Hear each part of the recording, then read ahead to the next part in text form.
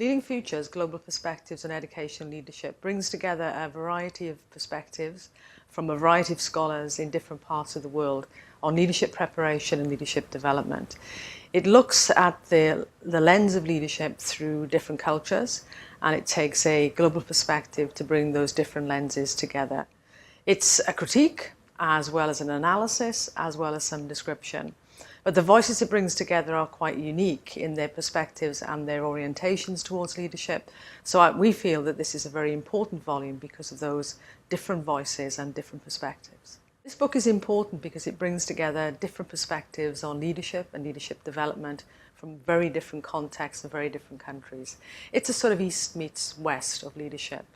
And it's important because the voices within those countries sometimes are not heard as much as perhaps other countries. So we know, for example, that the West tends to dominate the leadership literature.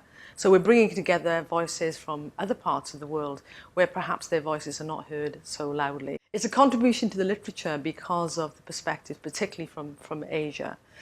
We know that within the leadership literature, the accounts of leadership from an Asian perspective tend to be more limited than from a Western perspective. So this particular volume brings together perspectives from different countries and from different contexts and cultures. So we feel this is a very good amalgam of leadership and leadership development from different contexts, different countries, different perspectives.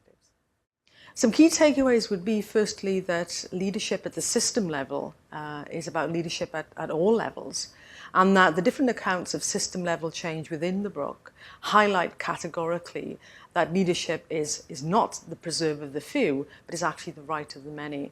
And what we're seeing are capacity building models that bring together more shared, collaborative, distributed forms of leadership to bring about changes at the system level and secure better student learning outcomes. So that's the first thing.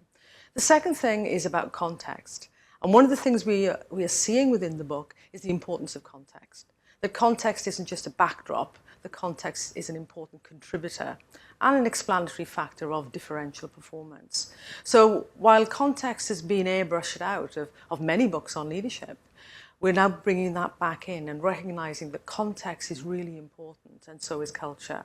So that's the second thing.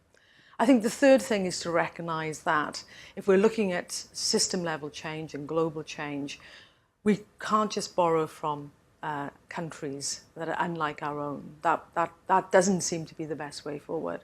But what we can do is we can borrow principles and practices that seem to work in other contexts, but with the caveat that we need to adapt them, to adopt them, and to redesign them for our own contexts, which are clearly very different.